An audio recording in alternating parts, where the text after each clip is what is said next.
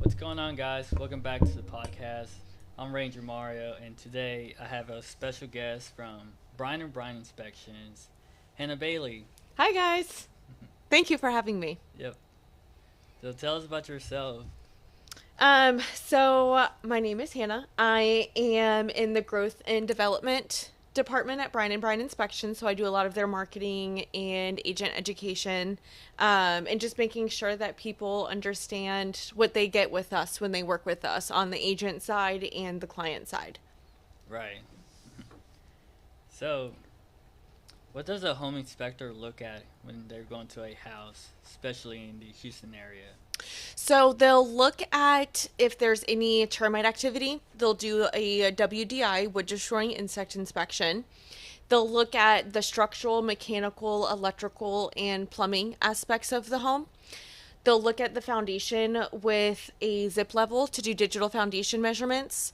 And then they'll use their thermography camera to look at the main shower drain, electrical panel breaker box, and the HVAC system.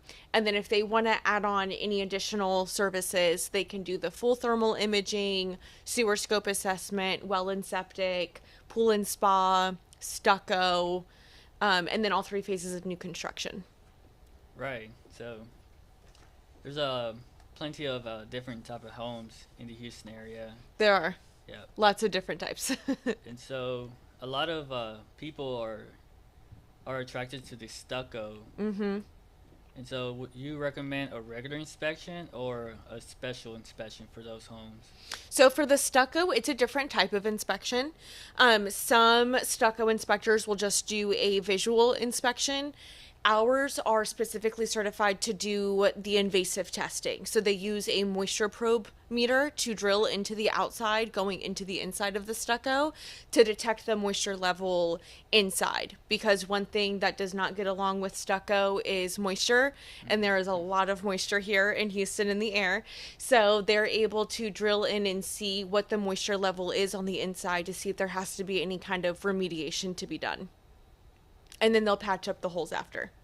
Right. Your company offers something that it's not many other companies offer. Can you tell us about your pest Yeah. inspections? Yeah. So we have our own in house pest control company, Green Team Pest. So all of the inspections come with the free pest inspection, and it does have a 90-day guarantee as well. So apart from any conducive conditions, if the inspector notes that there isn't any kind of termite activity, and then within those 90 days there is termite activity, Green Team Pest will come out and treat it for no charge at all. And then once the buyers close on the home, Green Team Pest will go out and do a full indoor and outdoor spray for the buyer as well, completely free of charge. So it'll kind of put a protective barrier inside and outside of the home. Right. Can consumers attend the inspection themselves? Absolutely.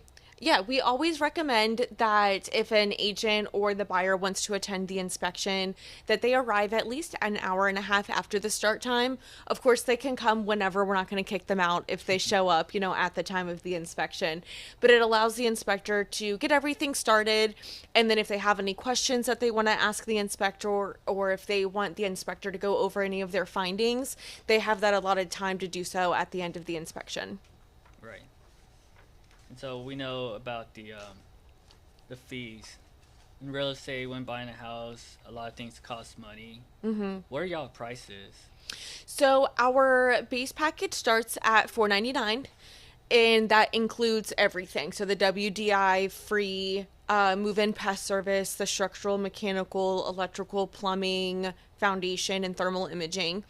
It does vary on the type of foundation that they have. As we get into some areas that have the pier and beam or the crawl space, we might see it vary for, $50 or $60, but it starts around $499. And then we typically see in the Houston area between 5 to 700, again depending on the size of the home and any kind of add-ons. But we do also offer pay at close for buyers too. So if they don't want to pay outright for the inspection, then we can add it into closing costs so they don't see that money coming directly out of their account. Right. So what you been up to? Just working. The market's been weird, and we're trying to figure out how we can adapt to it and how we can bring more value to agents with everything going on with NAR. So just a lot of working, eating, and sleeping. Right. When was the last time you tried something new? um 2 weeks ago. Wait, work related or not work related? Can be anything. Probably 2 weeks ago, I drove up to Madisonville and went drifting in a Charger Hellcat, Oh, which I had nice. never done before. Yep. Right. Yeah. You're a cars girl. Mm-hmm. Yep. Yep. Yep. It's fun. It was fun. Right, right. Definitely recommend. It's the only place in America you can drive a classic car. Really? Yep. Apparently, no. The only other place that does it is in like Essex, which I think is like in the UK Oh, okay. or something. But yeah, and we went to the biggest Buc-ee's, which is Nice. also in Madisonville. Yeah. So, You all know. yep, that whole day was an experience. Nice. You try the golden nuggets? No, Beaver I nuggets? haven't. It's in Louisiana, right? No, the beaver nuggets. Oh. It's a Bucky's product. Oh, no. I thought you were Sorry. talking about the Golden Nugget. Isn't that a casino? Yeah, it's a Yeah. casino. I haven't. What are they, just chicken nuggets? I never had it, but it's one of like people always recommend trying Yeah. those. I'll have to try. Is it at every Buc-ee's? I would think so. Well, Yeah. that'll be the next new thing. Ask me again in a couple weeks the other new thing I tried, and it'll be the Golden Right. Nuggets. Nice. Nice. So what brings you into Houston? So my family, some of my family moved here for work Oh, okay. from North Carolina. So we moved over here. Right. Yep.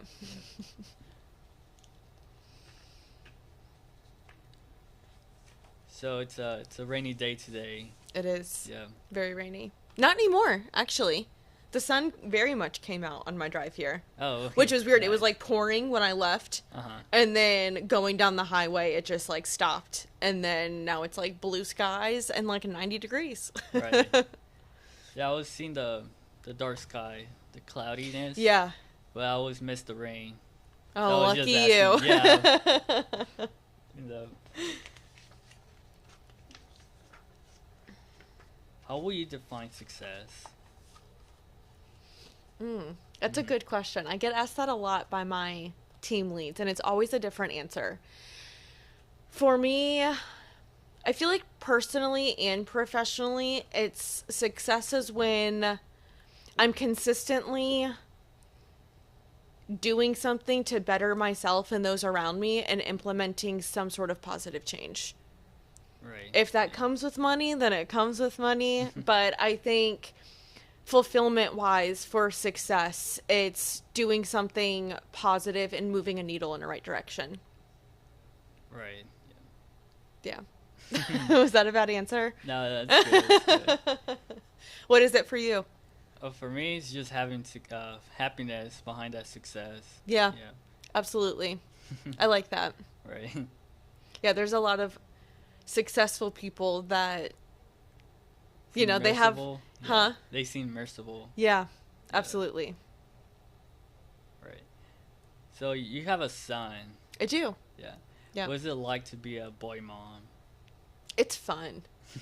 It's fun. I obviously am not a boy, but I grew up on like Hot Wheels and RC cars and all of those like tomboy type things. So it's fun to be able to still find that kid in me and do those types of things with him.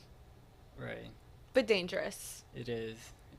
He's a wild child. Uh, I'm sure. I mean, I used to do like go outside like every day, and never wanted to go inside. Mm-hmm. Yeah, especially, yeah, come back in when the street lights come on, and then you wake up in the morning and you're back outside playing. Right. Well, we never had street lights, which is crazy. Growing up in That's the nice. 2000s, Yeah. like, it was kind of like a regulatory to have like street lights in the neighborhood, but That's We just never interesting. had. Yeah, so I guess when the sun goes down then, or you can't see anything, it's when it's Right. time to trek back home. Right. So you grew up in the '90s. I did. So what are a few things you missed about it? Um, Actual summer breaks. That's a big one. And then I think just, it was almost easier. We didn't have, I mean, we had MySpace, but, and like AIM chat to like IM, but it wasn't, the world wasn't focused around social media. So it's almost, it was a different sense of freedom Yeah. of just, you know, you go and knock on your friend's door when you want to play, asking them, can Tommy come outside and play for a little bit? And then not just being connected to your phone all the time because we didn't have cell phones. Right. Yeah. So, well, I mean, like, they were The just technology invented. Yeah. wasn't there. Yeah. Yeah. I think that, but I mean, it's helped businesses. Like, we've evolved with it, but it definitely was a different sense of freedom to not have to be tied to a device all the time to communicate with someone. Right. And home phones. You don't find home phones anymore. Like the ones with the Yeah. cord in the wall, and all the telemarketers would just call you Right. all the time. Yeah. I got to grow up part of it in that era. Yeah. I mean, it was still around in the early 2000s, Yeah. which is where my generation is from. Mm-hmm. And so we still got to experience like you know, a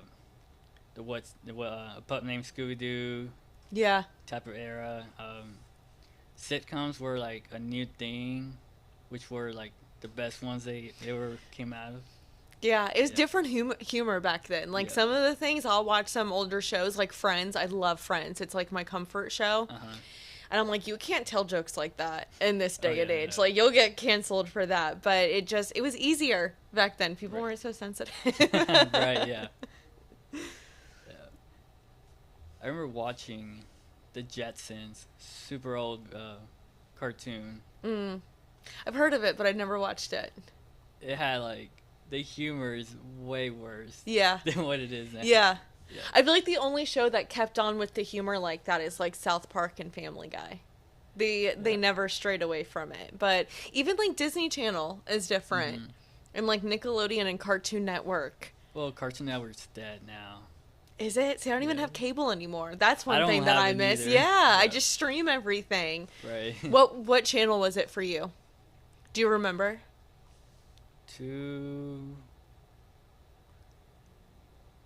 297, 98. It's DirecTV. Okay. Yeah. That makes sense. Mine was 17. Channel 17. It was like the forbidden channel. Like I wasn't even allowed to watch Rugrats. What? Because Angelica was too mean. So I couldn't watch it. But Rocket Power, did you ever watch Rocket Power? I don't know. That was a good one. No. A good one. Or the, what was the one where they were all blue? The Proud Family. That wasn't Cartoon Network. I think They that weren't was... blue. The Smurfs were blue. Yeah, but like the cartoon, they were like a little bluish or purplish, weren't they? They were. I don't think so. Oh. The Proud Family? Yeah. I think that was Disney. Yeah, it wasn't Cartoon Network, you're right. I'm straying away. I'm straying away from the Right. topic. No. You like concerts?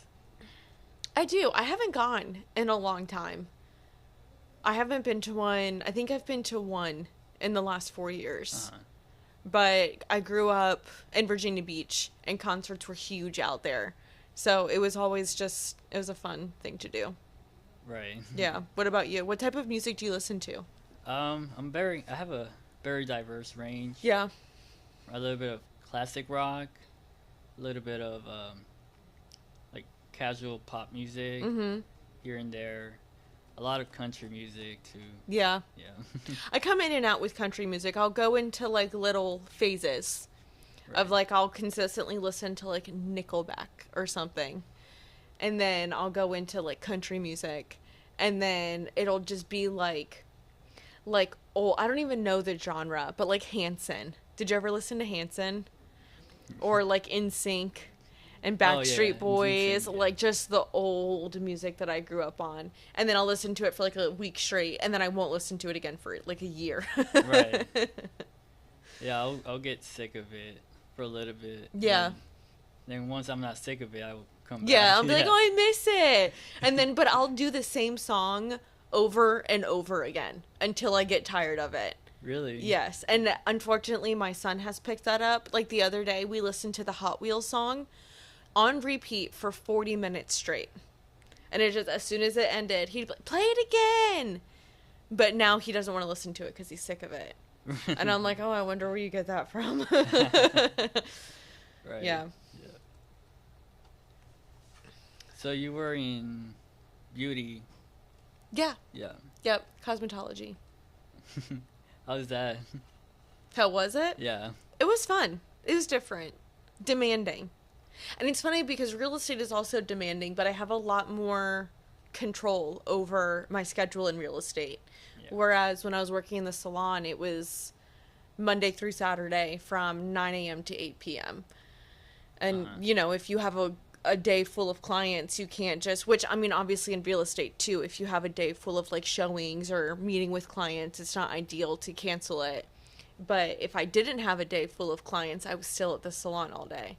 Right. Whereas now, if I don't have a day of back-to-back meetings, I can go visit different offices, or I can do phone calls, or, you know, do any other money-making activity to fill up that time as opposed to just being stuck in the building all day.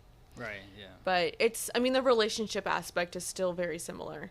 You know, making sure you have professional communication, you're personable, helpful, educated, show value. All of those are really similar. Right. Yeah, my sister wanted to go into cosmetology. Yeah? Yeah. Did she? I guess it never worked out. Oh. It was fun. Honestly, I just did it because I didn't know what I wanted to do after high school. And all of my friends were going off to college, and I was like, well, I got to do something. But my very first job when I was 16 was a receptionist at a hair salon. So I knew that I enjoyed the industry, and then it turned out that I liked the management side a lot Right. better. Oh, yeah. So I ended up going into management. Yeah, not everybody's built for management. Yeah, absolutely. Do you think it's something that is taught or natural? It's natural. Yeah. Yeah. I feel like it too. I feel like on some aspects it's, you know, you always have to be coachable. You always have to learn certain things, you know, within the business, and then just shaping yourself like with your different skills Right. to be able to keep up with it. But I do feel like you have to have some kind of natural characteristics in order to do it. Yeah, it's one thing that kills a business is putting the wrong person in management. Yeah. Yeah, once like management goes bad, the whole thing goes. Yeah, out. it's part of culture. If you Yeah. have, I mean, and I feel like everyone has experienced at least one job of bad management, and it's not the job that you don't like, it's the way that the job is run. Right. Yeah. And it, yeah, absolutely can kill an entire business if you have bad management. We focus a lot, like we do personality assessments. It's called an AVA. Right. And it's almost like therapy. Like everyone who gets hired at the company has to go through it, and then you have to get it like verified. So it's like a couple hours that you sit down with someone and they go through, and it's pages on pages, and it tells you how you communicate best, like your different personality types, what your strengths are, what your weaknesses are, and it helps us understand how to communicate the best with each other. Like, okay, this person that we're hiring is like a type A personality, or they're not direct, or they don't like it when you sugarcoat things and you have to be direct. And I feel like a lot of people need to implement that, because there's been plenty of jobs where I've barely even had an interview. Right. And then I got hired, and then you have no idea what you're setting yourself up for. There's no like internal want to figure out how to work with the team together. Yeah. Yeah. I remember before real estate, I applied to a lot of jobs. Mm-hmm. and because I was like a whole separate um, personality than the rest of it, like they just told me, I don't think you would be a good fit here. It's like you should be at a much other different environment. Yeah. Yeah. And that, I mean, it's important to recognize it, I feel like, on both ends. Yeah. Like, especially if you feel like where you're at isn't meeting your needs or helping you grow, or if you've outgrown it, it's important to be able to recognize those things. Yeah. But also, like, what are you doing to nurture that environment for your employees? Right. Yeah.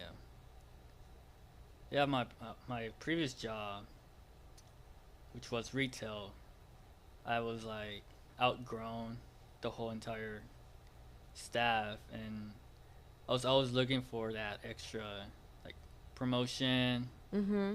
which I never got it. But then they gave it to someone else who was in the company for lesser time, literally a year. And I spent like 3 years, and I ended up kind of training them, or they'll come to me for help even though they're in a higher position.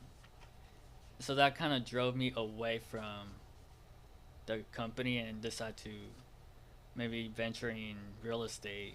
Yeah, Yeah.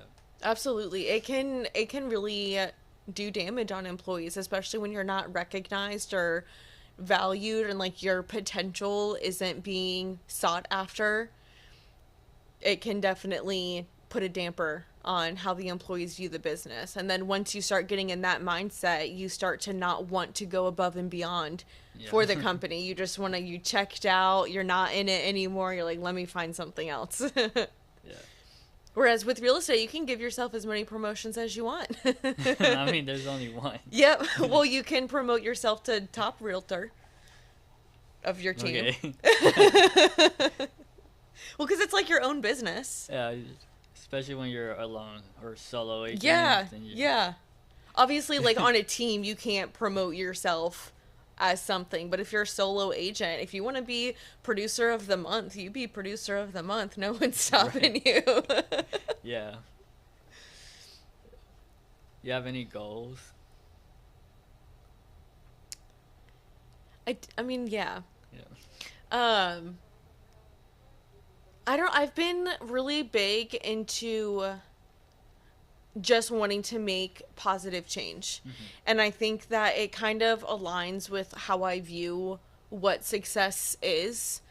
Like I have my own personal goals of like things that I want to achieve, you know, in my own time. And then professionally, I want to be a part of what our company's goals are. And, you know, I got into home inspections because when I moved here and we bought our house, did I tell you that story when we bought the house No. blindly? We still lived in North Carolina and we bought the home in Pearland at the end of 2021. So like the market was still bumping. Right. And I knew nothing about home inspections. I knew nothing about real estate, and we never saw the inspection report. And we were told by our agent at the time that everything was great. There was nothing to worry about, no red flags, no deficiencies, which I know now is impossible. Right. So we move into the home. At the time, my son was only 2, and the underneath of the kitchen sink was held together with painter's tape. And it had busted and flooded the entire kitchen. And it was tens of thousands of dollars in remediation. Right. And so when I got into the industry, my